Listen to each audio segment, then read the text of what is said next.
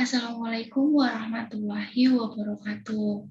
Perkenalkan, nama saya Heni Puspitasari, mahasiswa Ilmu Komunikasi Universitas Muhammadiyah Surakarta. Di sini saya akan mempresentasikan tentang public speaking. Sebelumnya, apa sih public speaking itu? Public speaking itu cara komunikasi untuk menyampaikan pesan atau informasi di depan khalayak. Public speaking bertujuan untuk menyampaikan berbagai informasi, menghibur orang, dan mengajak atau memengaruhi khalayak. Jadi, pentingnya memiliki skill public speaking bagi mahasiswa. Mengapa sih public speaking penting untuk mahasiswa? Karena public speaking itu penting banget sih menurut aku. Jadi aku sebagai mahasiswa itu merasa public speaking itu penting karena kita di kampus juga berinteraksi nggak cuma sama teman tapi sama dosen, sama di organisasi juga kita dituntut untuk bisa public speaking kayak gitu. Jadi banyak banget manfaatnya. Nah, itu dapat meningkatkan kepercayaan diri kita. Jadi ketika seseorang memiliki rasa percaya diri yang bagus, maka melakukan semuanya akan terasa sangat mudah dan dapat menyampaikan sesuatu di depan audiens itu akan lebih maksimal gitu. Yang kedua, dapat meningkatkan kualitas diri, yaitu kemampuan berbicara dan berbahasa yang baik akan membuat orang memiliki cara pandang yang berbeda terhadap kita. Gitu, jadi contohnya tuh kayak kita lagi presentasi di depan teman-teman atau di depan di dunia kerja atau di organisasi. Dengan kita menyampaikan dengan baik dan intonasinya baik, terus terstruktur dan audiens itu menerima apa yang kita sampaikan, itu orang lain dapat memandang kita itu berbeda. Jadi kita oh, yang udah belajar public speaking tuh kayak gitu ya, beda sama yang belum ngerti public speaking gitu. Jadi kayak lebih percaya diri, jadi kayak lebih siap gitu menghadap audiens untuk menjelaskan suatu materi kayak gitu. Jadi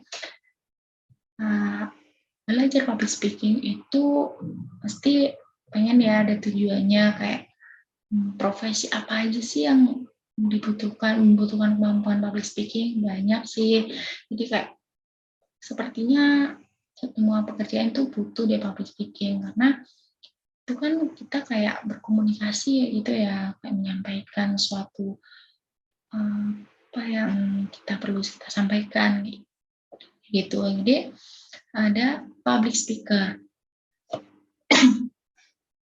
Public speaker itu ada pembicara atau pembicara publik atau juga orang yang menjadi pembicara di forum pelatihan, seminar, gitu. Jadi yang tergolong profesi public speaker ada motivator, trainer, kayak penceramah, gitu. Jadi yang kedua ada penyiar. Penyiar adalah orang yang memandu atau membawakan sebuah acara program siaran radio, kayak siaran talk show, siaran musik, gitu. Yang ketiga ada presenter. Presenter itu adalah penyiar TV. Penyiar TV yang tugasnya membawakan atau memandu atau menyajikan sebuah acara televisi seperti program berita kayak gitu. Yang keempat ada reporter. Jadi reporter atau wartawan. Reporter itu harus piawai banget public speaking karena informasi yang disampaikan itu dan reporter itu berbicara di depan publik secara langsung, pada publik secara langsung. Nah, itu tuh kayak kalian pasti lihat di TV, di berita, di suatu tempat ada kejadian banjir atau bencana alam lainnya atau kebakaran. Nah, di situ ada berita yang siarannya langsung, yang berita itu disampaikan oleh reporter. Kayak di TKP itu kejadiannya seperti ini, terus terjadi karena ini dan keadaannya seperti ini, gitu tuh yang menyampaikan itu reporter. Jadi Yang terakhir ada Master of Ceremony atau MC atau pembawa acara.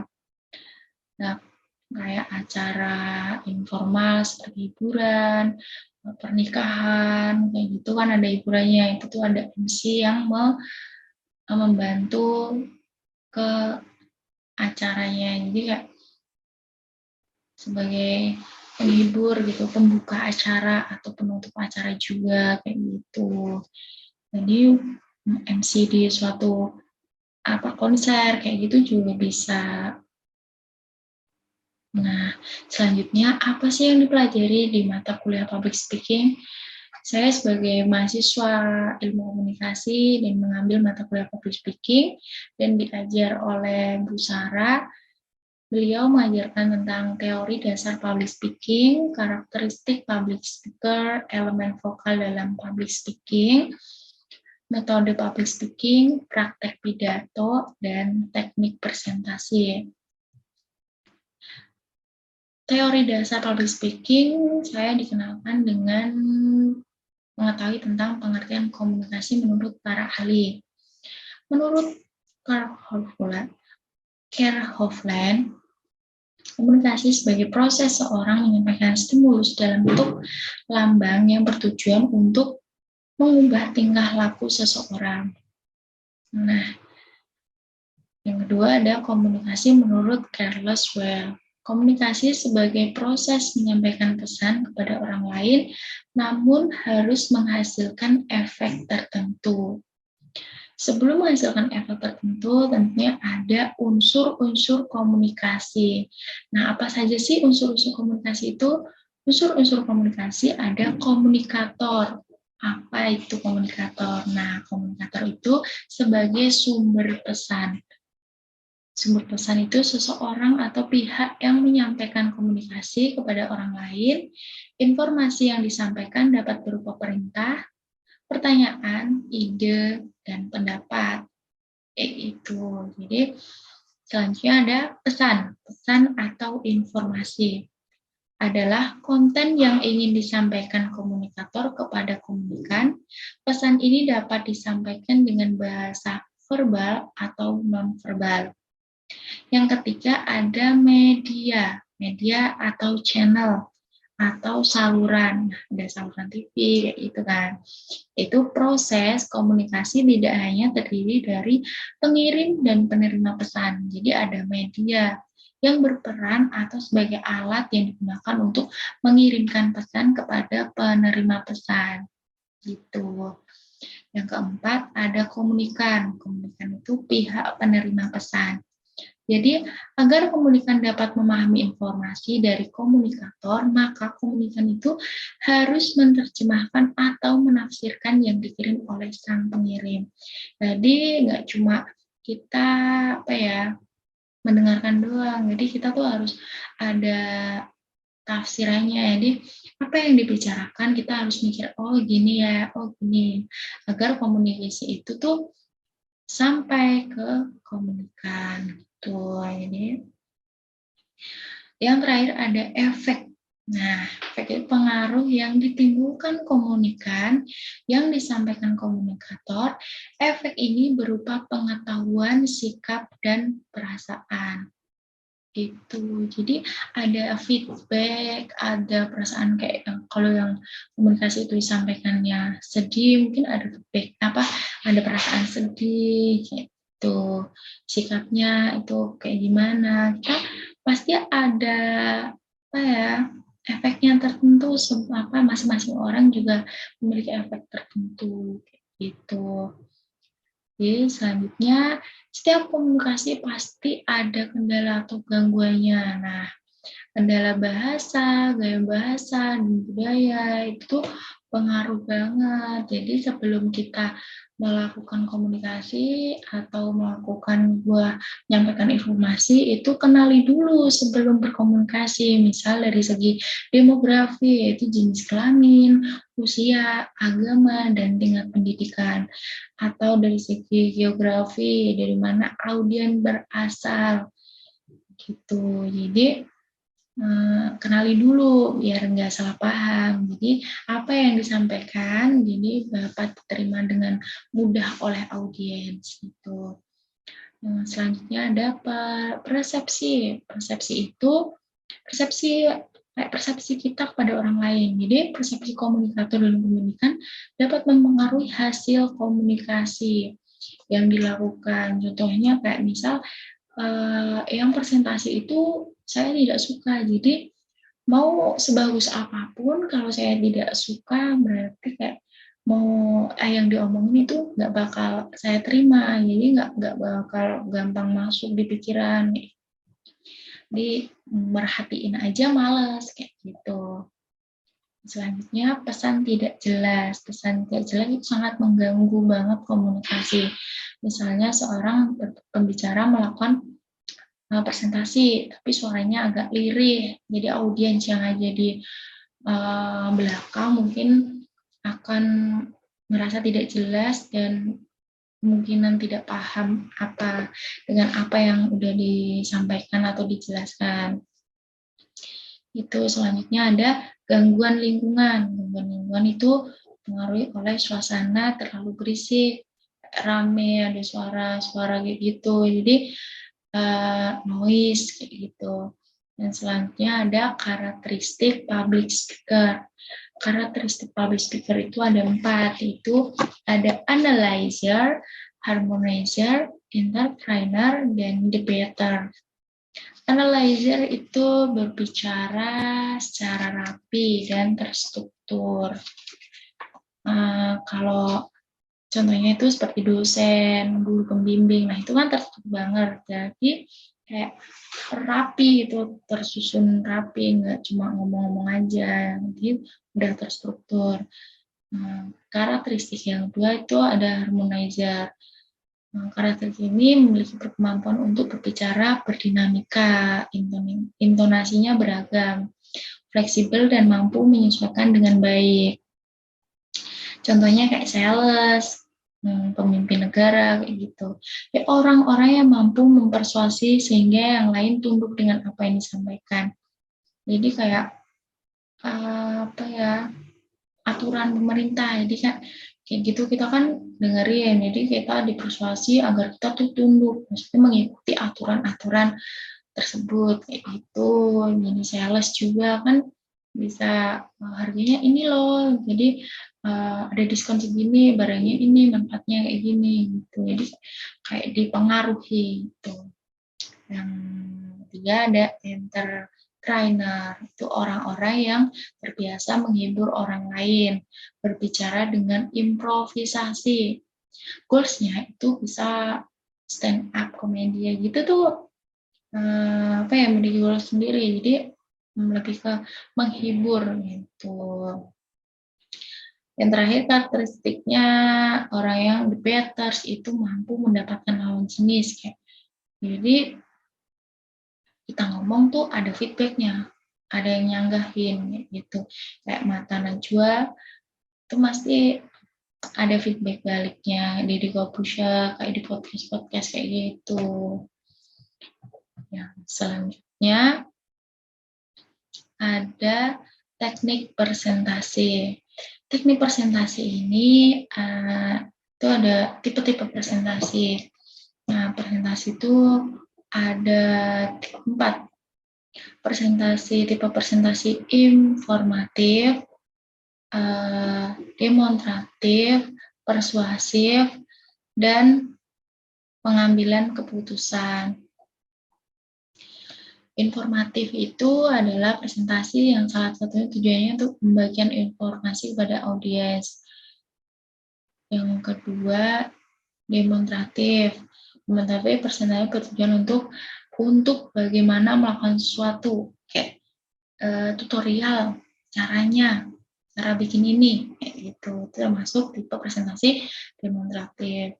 Yang ketiga, persuasif. Persuasif itu ada presentasi tujuan untuk meyakinkan audiens untuk menerima dan membujuk agar dapat menerima presentasi yang dilakukan. Jadi kayak menawarkan sesuatu kayak gitu. Yang keempat ada pengambilan keputusan. presentasi pengambilan keputusan itu yang digunakan untuk memotivasi anggota audiens yang agar mengikuti tindakan atau saran yang disarankan. Misalnya membeli produk yang ditawarkan kepada kita, pada audiens kayak gitu.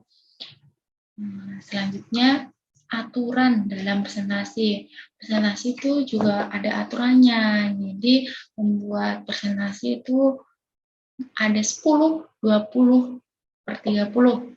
Nah, gitu. Jadi apa sih 10, 20, 30 itu?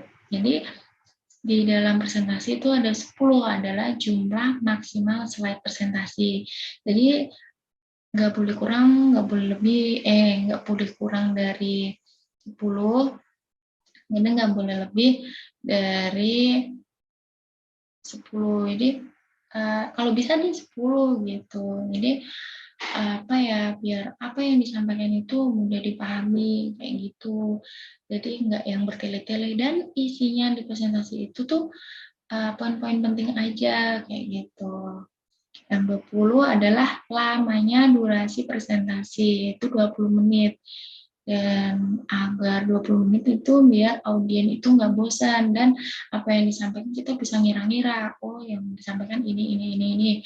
Biar nggak bertele-tele dalam presentasi gitu. Selanjutnya ada 30 adalah minimal ukuran font pada slide presentasi. Ukuran fontnya itu yang jangan yang aneh-aneh. Fontnya itu model fontnya jangan aneh-aneh, yang biasa aja, karena itu apa ya, nantinya dapat mempersulit audien untuk membaca dengan font yang jarang mereka temui. Jadi pakai font yang biasa aja biar audien itu mudah memahami dan langsung mendengarkan apa yang selanjutnya akan dipresentasikan. Kayak gitu. Selanjutnya itu semua tadi. Nah, tadi kan ada materi yang public speaking, pidato. Nah, saya di mahasiswa public speaking kemarin ditugasi untuk membuat pidato. Dan awalnya bisa nggak ya, dengan belajar public speaking dan mendapat materi-materi yang disampaikan oleh Pusara kepada saya tahu, jadi pidato tuh harusnya kayak gini, nadanya kayak gini. Jadi itu semua dipelajari di public speaking. Jadi harus pede, dan apa ya, itu tuh harus diupload di sosial media. Jadi kita tuh kayak